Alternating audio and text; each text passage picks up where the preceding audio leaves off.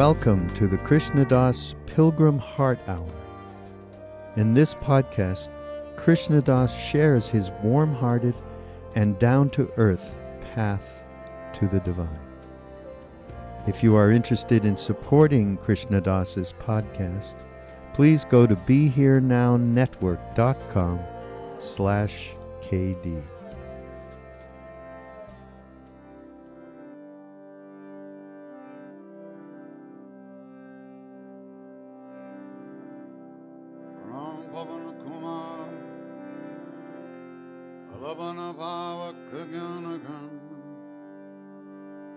Jasuhradaga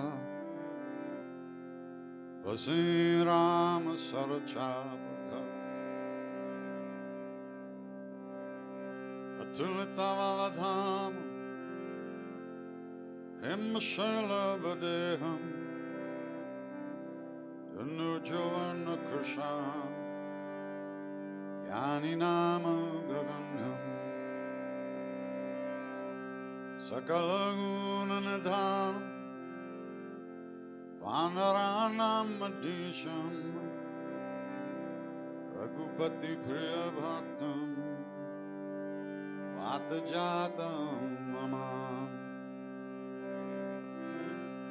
Goshpadi Kurtavarnisham Nashiki Kritarakshasam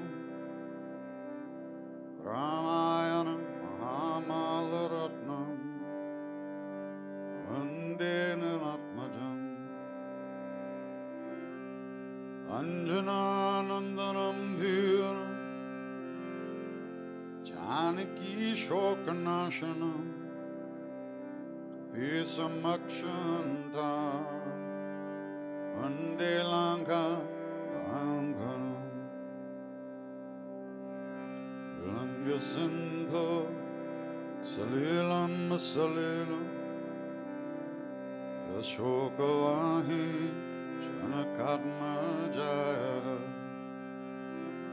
Adatane Dadalanka Amanitham Pranjali Ranjaniyam Manojavam Marutulya Vegam Jitendriya Udhimatam Vardishtam Vatatmajam Vanayutamukyam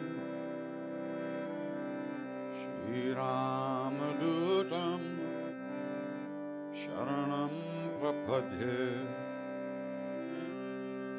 Shri Ramadutam Sharanam Prapadhe Shri Ramadutam Sharanam Prapadhe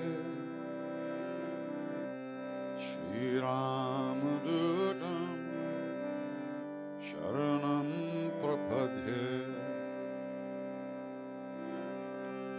Anjaneyamati Patalana Kanchanadra Kamani Avegaham Parijat Taramul Vasanam Bhavayami Bhavamananandanam Yatra Yatra Raghunat Kirtanam Tatra Tatra Kritamastakhanjali Vashpavare Paripurna Lochanam Martinamat Rakshasantakam Orvajaranga Bali Hanuman Ki Jai.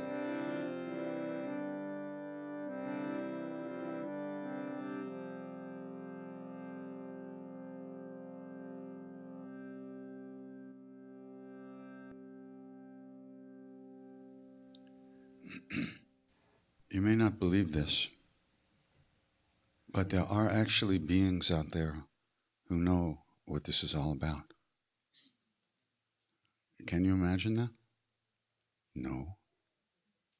It's impossible to imagine. There are actually beings on this planet who know what this is all about, who know what this is, who know why we're here, who understand why we suffer, why we're not happy, why we don't have what we want in life.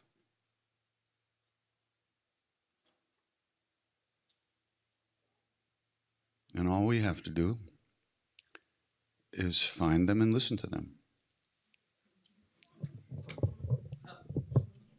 Good luck.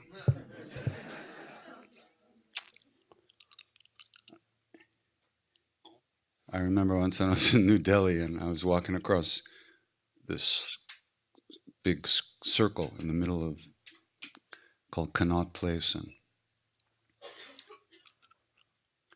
and this kid from somewhere in the Midwest wearing a white shirt and a black bow tie and white socks with pants that came halfway up his shins, and black shoes, short blonde crew cut, big Adam's apple, comes up to me and Ram Dass and says, "Have you met so-and-so, the avatar of the age?"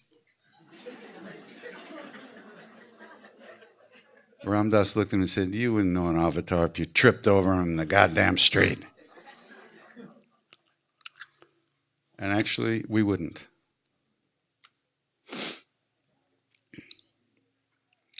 We wouldn't.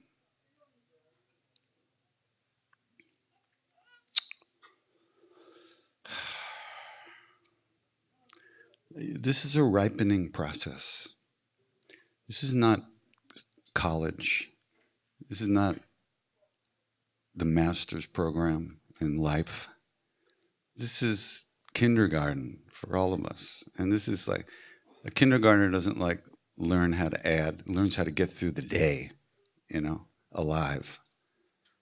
And the teachers are there to make sure that the kindergartner doesn't jump out the window or bang somebody in the head with a block. That's what this is. We don't even know how to live without creating more shit for ourselves with every step we take. That's what this is about. How do we live a good life? How do we become good human beings? How do we get rid of some of this? How do we deal with some of the fear that we live with, that we breathe in and out every day? How do we overcome all the denial that we have about what's going on in our lives and in the lives of the people around us? Aren't you glad you came today? It's going to be one of those days, Neen.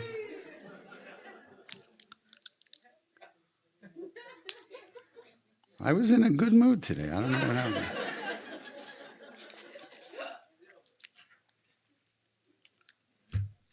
All right. Change the channel. So we've just been chanting. And true to form, we don't know what the hell we were doing, what we were chanting to, or what the names mean, or, we don't have a clue. That's okay. That's the way it's supposed to be. You do a practice. You take an antidote to some disease, a medicine. You don't need to know how it works for it to work. You just believe that the person who gave it to you knows it's going to work, and you take it.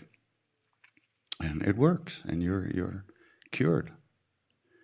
So we've just begun to apply an antidote to our particular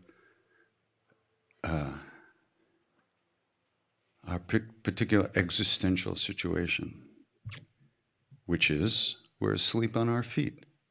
We react like ping pong balls and pool table balls all day long. We bounce off of people. People bounce off of us. We never know. See, you can't stop me. I'm not trying. I'm not trying. Let's change the channel again.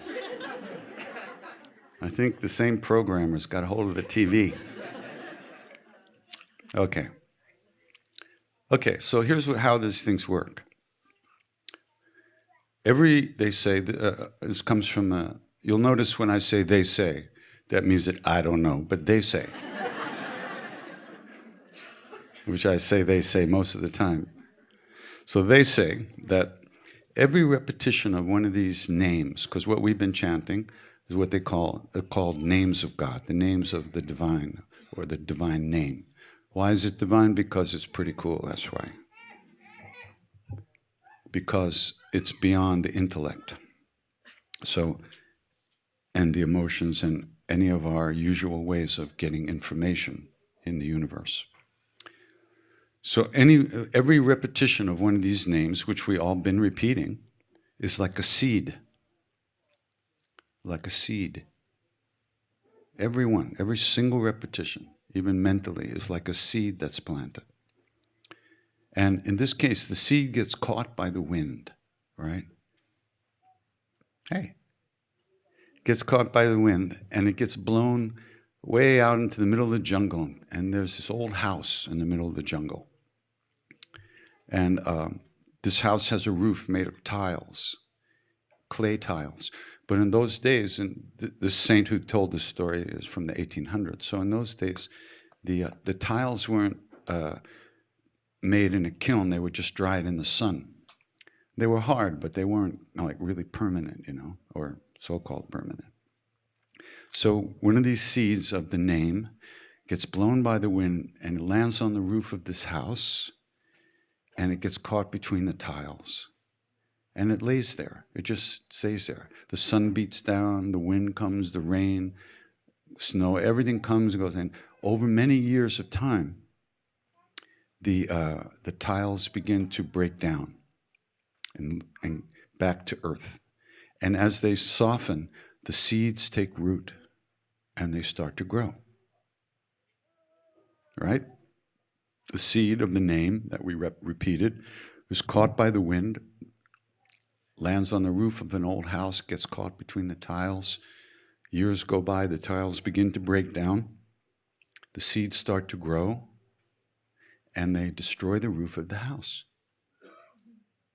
And they keep growing, and they destroy the whole house. Ramakrishna, who said this, said that that house that's destroyed by the seeds of the name that grow is who we think we are. Who we think we are, who we know ourselves to be in the world, in our daily lives.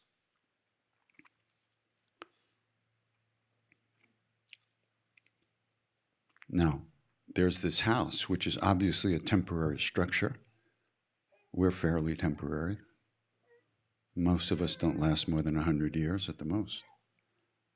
This temporary structure divides the space, inside and outside, you and me, your house, my house, right? When the house is gone, all there is open space, presence, being. The illusion of the belief that we were that house is gone with the house.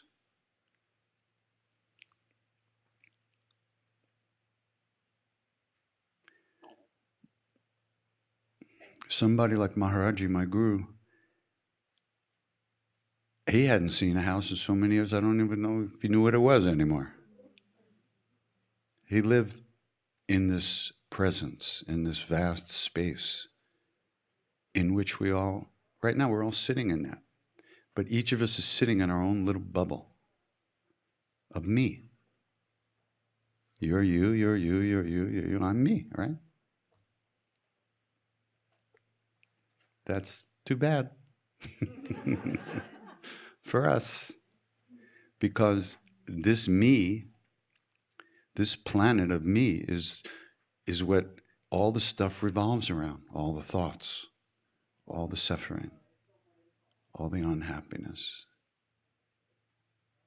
and even the good stuff, the pleasant stuff, which is also temporary, revolves around this planet of me. So through the practice of this repetition of the name, gradually but inevitably, this me, which is the center of all our issues, is dissolved. And then all there is whatever you want to call it. God, Buddha nature, love, truth, being, presence, reality. We're not gone. We just know ourselves in a different way.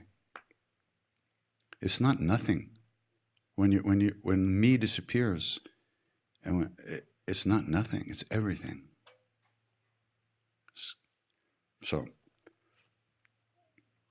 one thing is that you notice that Ramakrishna doesn't talk about what we feel like while we're doing these practices. Right? Wow, that was a great kirtan. Oh, really? I'm sorry to hear that. It isn't about our experience right now. That's a me thing.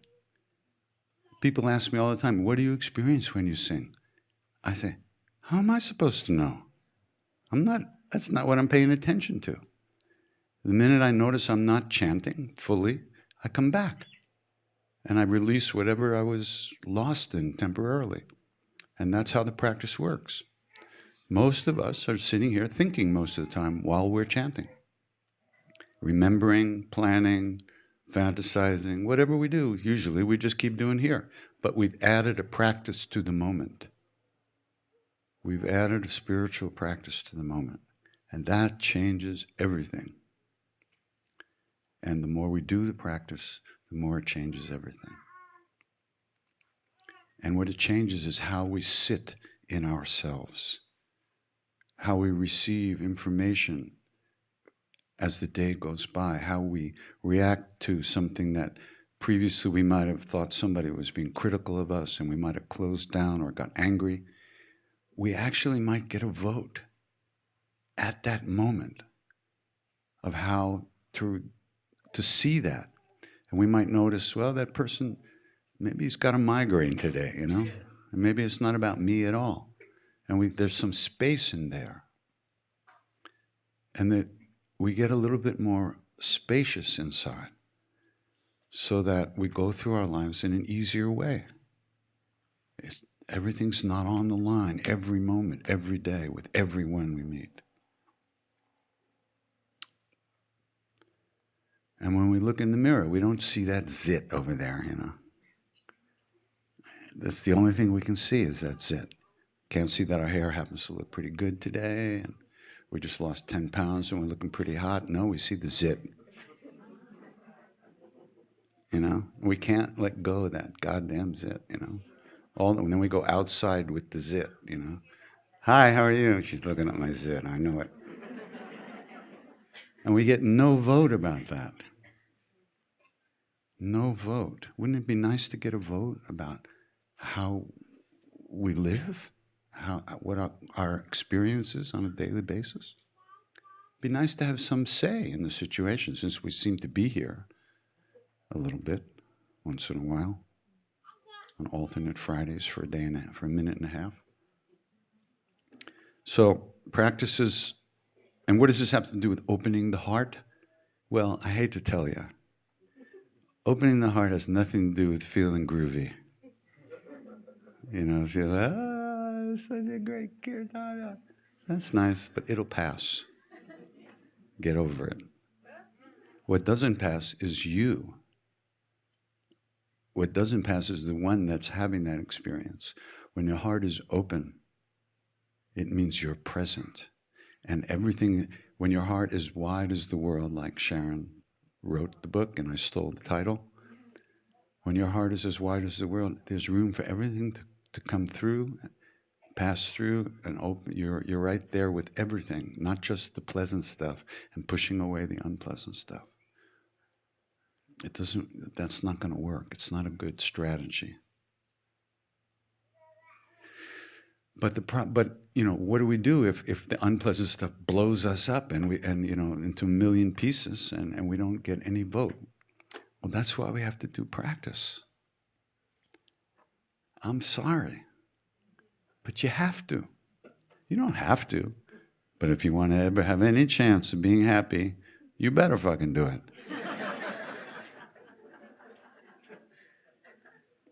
Sorry.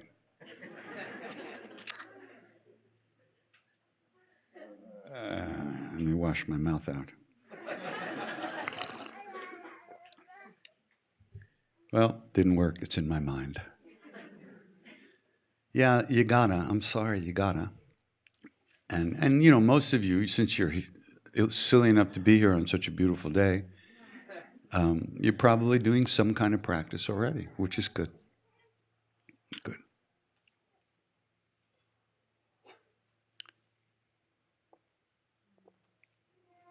But can you imagine that there really are beings who really know?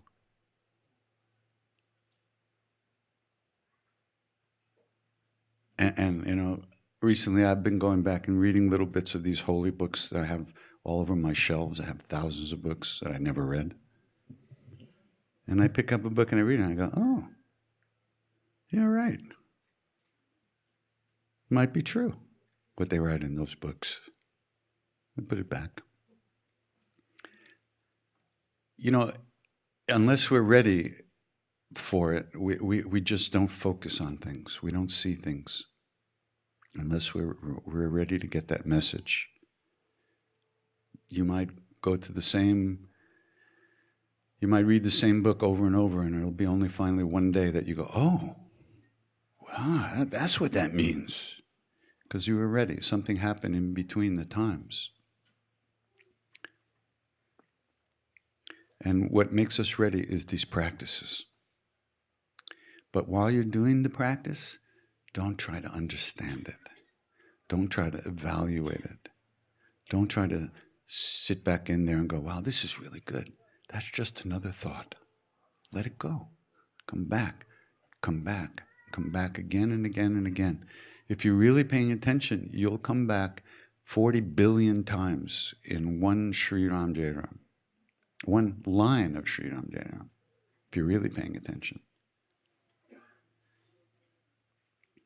And that's very humbling, isn't it? It's not much different for me, and I've only been doing this for 40 years. It's not much different. A little different than when I started, but not that much.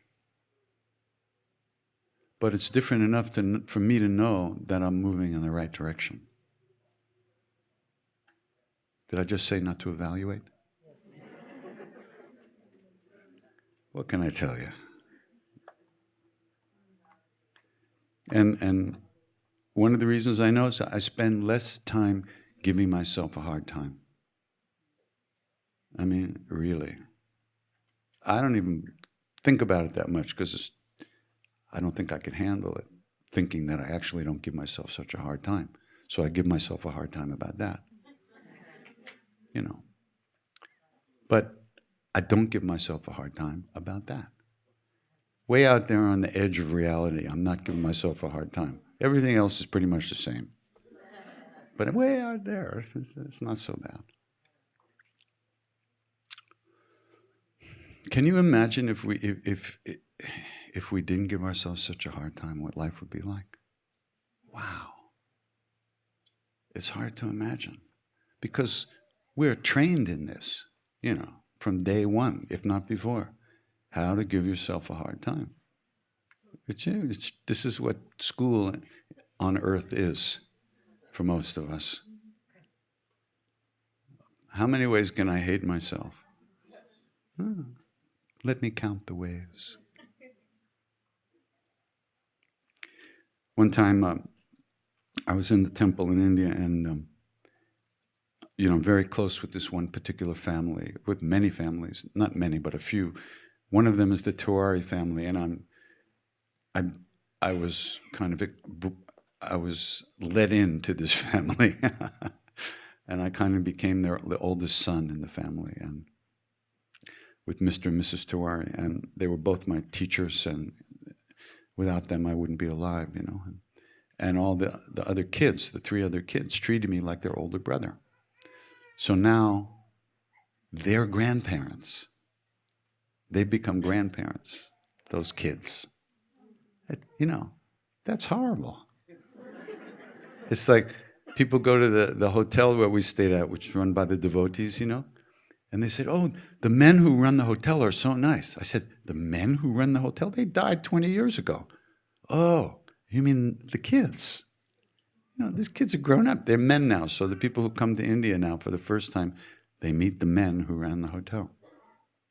Anyway, so all these cousins and nephews and everything, like 15 of them, came to the temple for blessings. The oldest grandchild was getting married.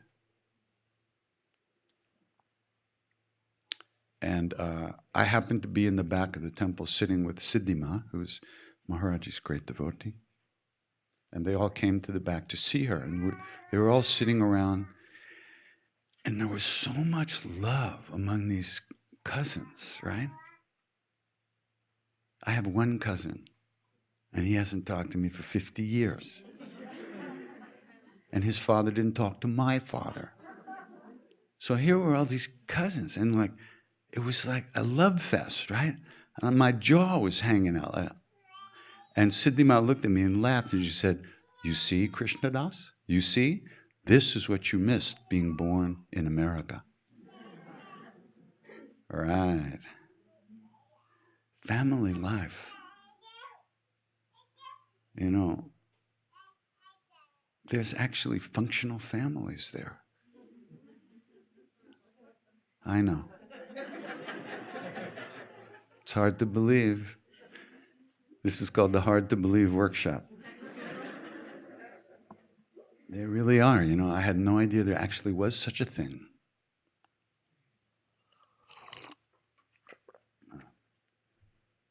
All right, let's take some questions and stuff. Do we have a microphone? We have a microphone, one or two? One? So we'll pass it around. If you have something to ask or say or comment, you can raise your hand and Michael will throw the mic at you.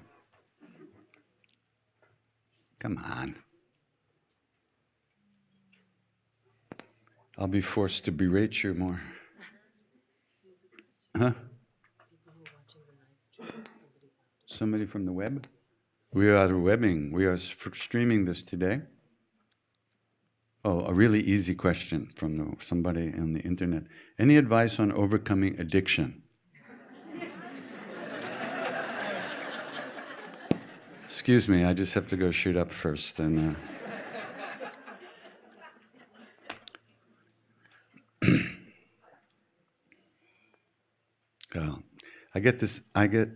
there's a lot of this going around, you know.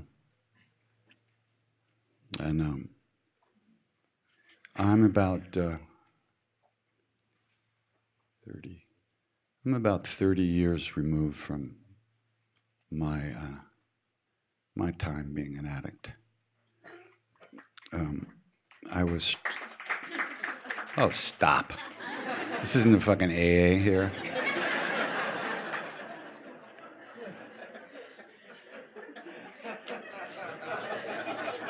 Maybe I'm lying. That'd be more familiar?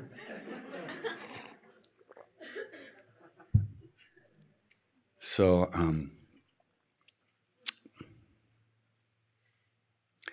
you know, it's just the problem is we've been programmed, you know, by life, and with such self-hatred and such self-loathing, and we've been so crippled, and we've also been taught by our culture, by Western culture, that there's nothing more in life than this. You make money, you get laid, get a house, and you die. That's it. And so if that's not working so good one day, what else do you do? Or if your life's not working within those parameters, it gets pretty messy. You can get pretty depressed about that. Because we have no context for life. And even those of us who are doing some practice and have tripped and fallen into the Dharma, into the spiritual practices, we're still very young at it and trying to develop some real working, some real way to work with life in a way that leads us to a richer, deeper place in our own beings. What I'm saying is that we really don't have any faith. Faith. And that's one of the words that makes Westerners puke. Faith. Because, we associate it with blind faith. which is a whole other thing. This is faith based on your own experience. You could even call it confidence that something is true. Like we started today, I said there are people who really know what life is about. And they all say that life is definitely worth living. But we have to wake up. We have to wake up. I have a question, sorry. What about that poor guy who's strung out on the internet? Don't you care about him? No. Sorry. We'll get back to you. Hang in there. Yes. Can you talk more about Maharaji, and when did you know for sure that he was that being that you said that knows what it's all about? I know you write this about in your book. A few times you had that feeling, but can you say a little more? Thank you. Okay.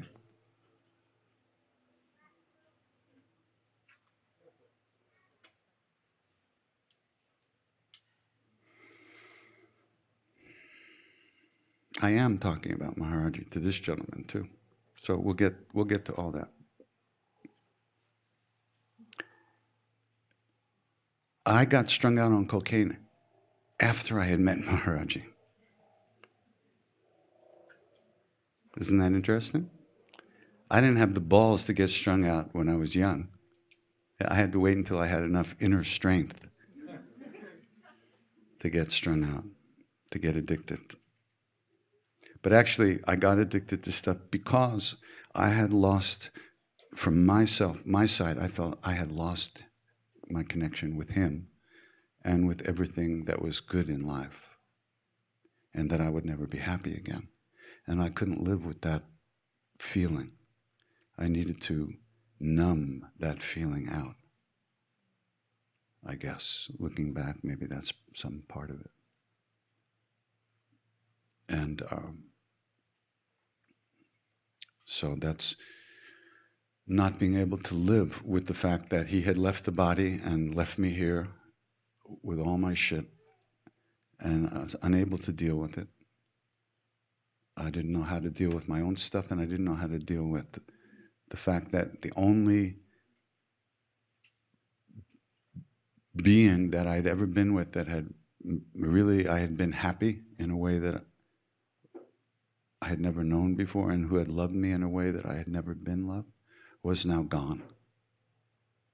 And I couldn't live with that. And so I don't think it's that different for anyone, for any one of us. If we have no hope, if we live in despair like I was living in despair, what are the options? Why should you grind through every day when you have no hope that it'll ever change? If you can get some relief from a drug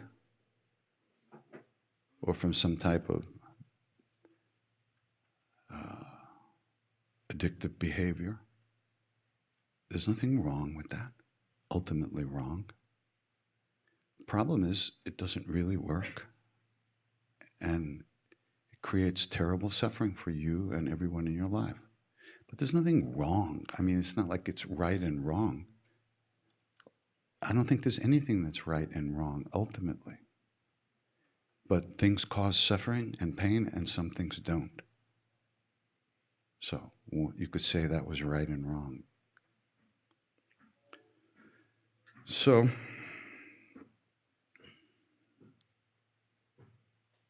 I knew a lot of guys and a lot of people who didn't make it. I knew this one Vietnam vet who he used to get strung out on coke and stand in front of the mirror and pick shrapnel out of his skin because it was circulating through his body, and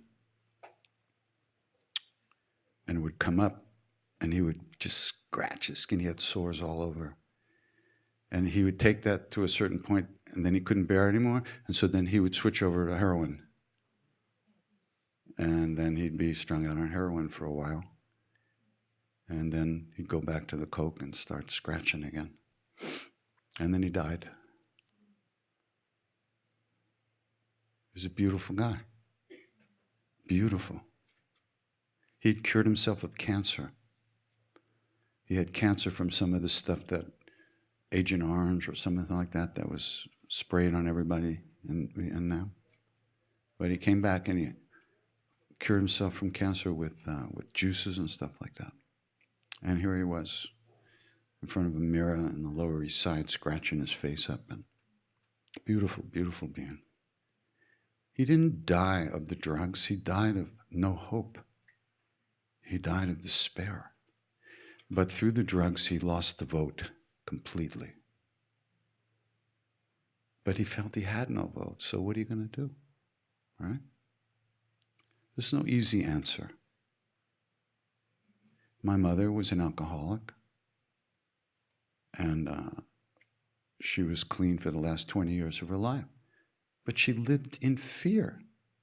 She's dying of cancer, and she wouldn't take an aspirin. She wouldn't take any painkillers. She was afraid she'd get addicted. She had a week to live, and she was afraid she'd be addicted. Is that reasonable? I don't know. It doesn't seem reasonable to me. So, these are not easy questions.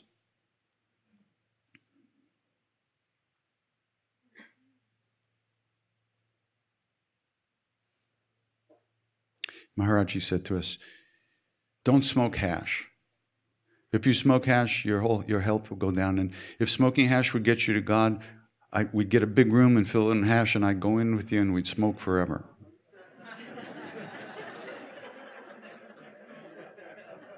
He said, but it doesn't work. The bottom line is it doesn't work.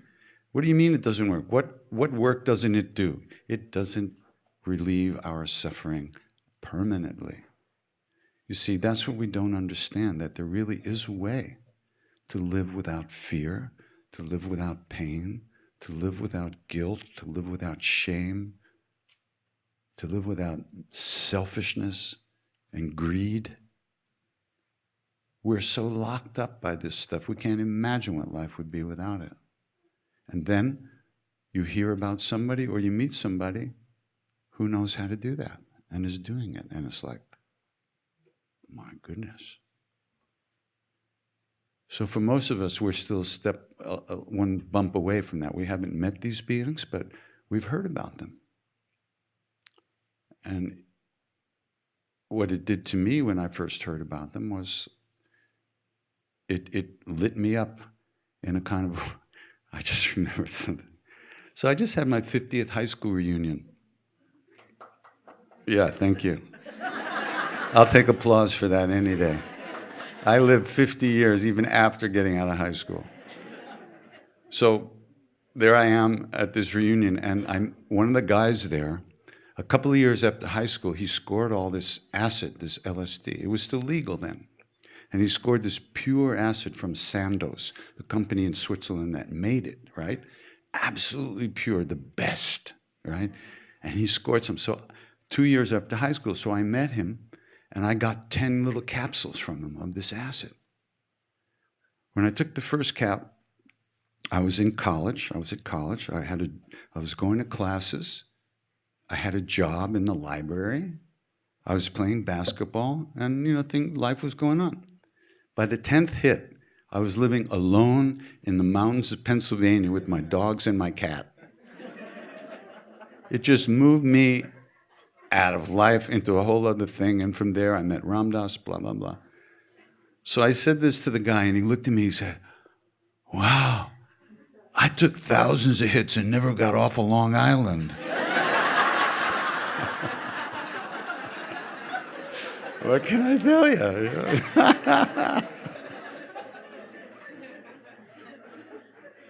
Oh, man.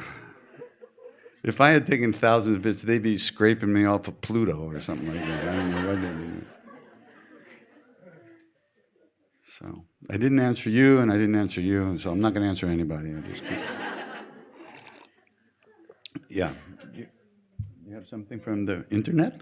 Oh, this is very nice. Oh, it's one of these, I could tell. Give me an easy one, would you please? This reminds me, I once did a teaching with His Holiness the Dalai Lama. 5 days, he was talking about compassion and the teachings of this saint named Shantideva, who wrote this incredible book about the bodhisattvas, with these great beings who live only to relieve our suffering, to save us from ourselves, right?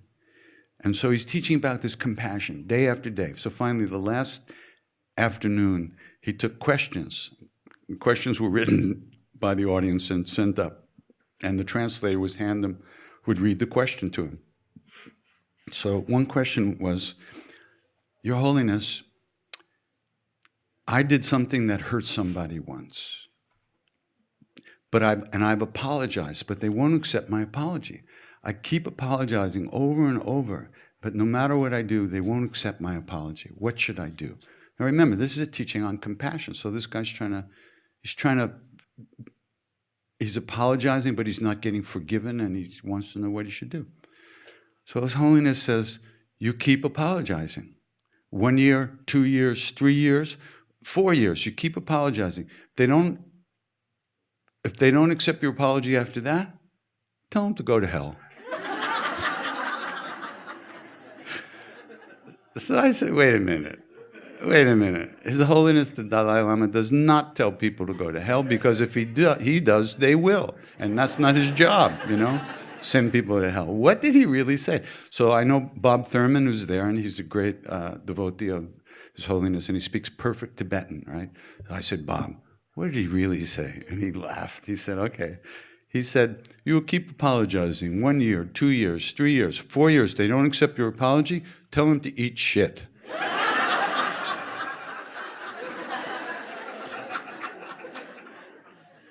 What can you say? Oh. It turns out that telling somebody to eat shit in Tibetan culture is like telling somebody to go to hell in American culture, but still, it's a good one. Oh, okay, I'm trying to avoid this. What? Don't do this one. Oh, thank God. I didn't read it.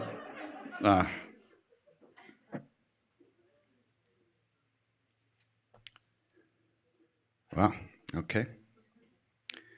This reminds me of one of the first retreats I ever did. It was with my friend Barbara Varner, a yoga teacher out in California. I'm from New York, okay, as you know. So there we were in sunny California. And the retreat was starting, everybody gathered in the room. And I had no idea how it was going to proceed, but Barbara asked everybody to sit in a circle. Immediately, I got very tense. We don't sit in circles in New York. Okay, I was sitting in a circle, right? Okay, so we're sitting in a circle, and then, God forbid, what did she say? Now we're going to go around the circle. Right, you're just like me, you bastards. We're going to go around the circle, and everybody's going to say why they came to the retreat. I said, get me the fuck out of here. So I was sitting there smiling, looking very deep and pensive. So the first person was this woman. She opened her mouth and she said, I just finished my third round of chemo. And they tell me that it's possible that it didn't work. That's why I've come to this retreat.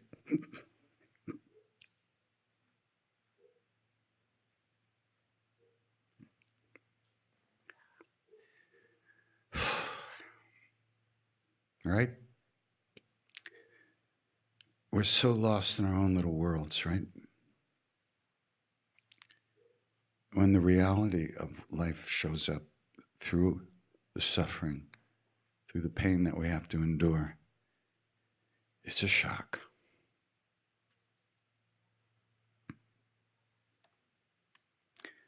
I still won't sit in a goddamn circle.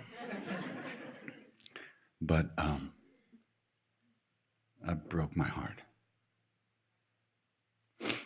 I became very close friends with that woman. And, she died. She died a few years ago. Beautiful death, surrounded by her family. And conscious until the end. And this question is about, I have cancer, and she says it causes me he or she, I don't know, causes me a great deal of pain. Any advice to help with the pain? The medications aren't enough.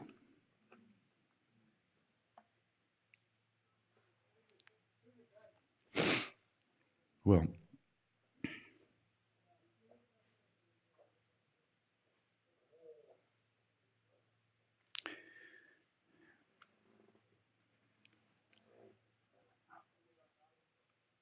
I hope that you can find some medication that will help you with the pain.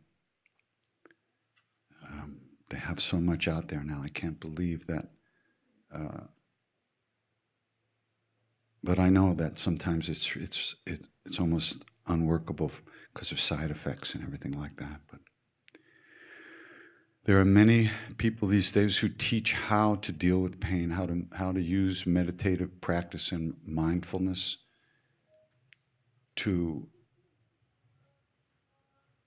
process the input from the painful input into the system. There was a saint in India named Nityananda who was Baba Muktananda's guru. And somebody asked him about pain, and he said, I feel the same pain that you do, but I just feel it differently. So it is possible to deal with pain. I know quite a few people who have all kinds of pain to deal with. Migraines, pains from Lyme disease, cancer, everything. There are practices and techniques that you can learn that will definitely help you find a way to deal with the pain.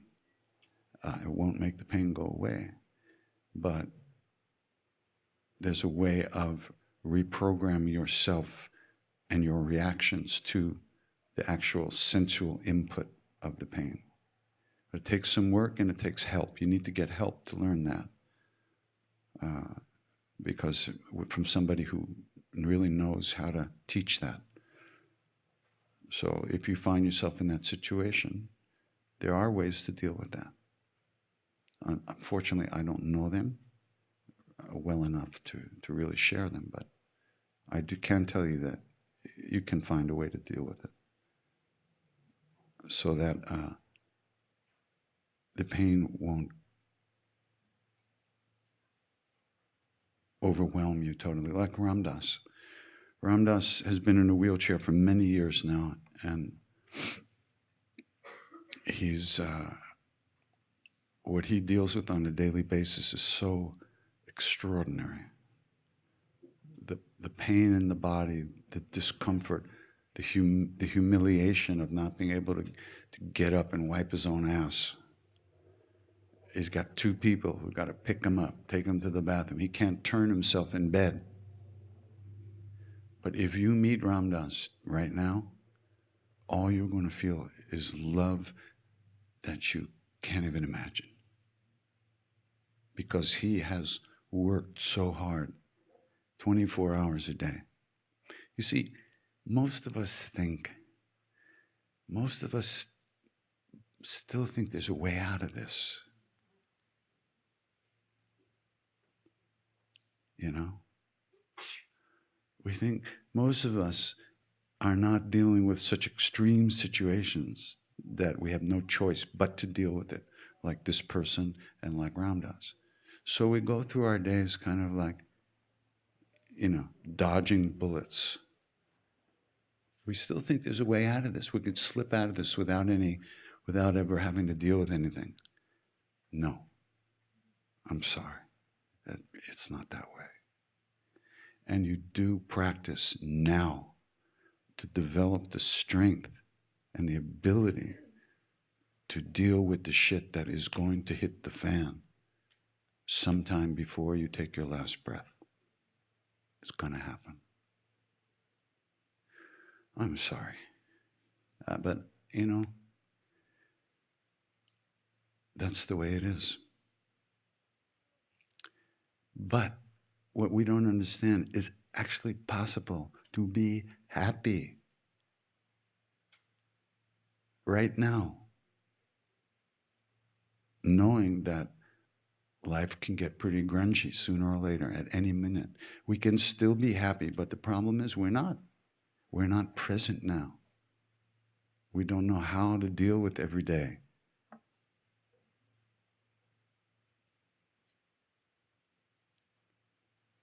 And we're trying to slip through. It won't work. I think this is going to be one of the retreats we don't put up online, It's already online. Oh, it's already online. Oops. Look, I don't know why this is like this today. I was in a pretty good mood this morning. The thing is, like, the Western culture is based on a lot of stuff that is completely unreal. Like, what do we value here? Mindless entertainment, right? I love sports. I watch football, but come on. Mindless. Watching people break their bodies in pieces and get paid money for this, so they do it. It's terrible. Movies, I love movies. Mindless, most of them. Because I don't want to be here. Nobody taught me how to be here, so I'm trying to be everywhere else.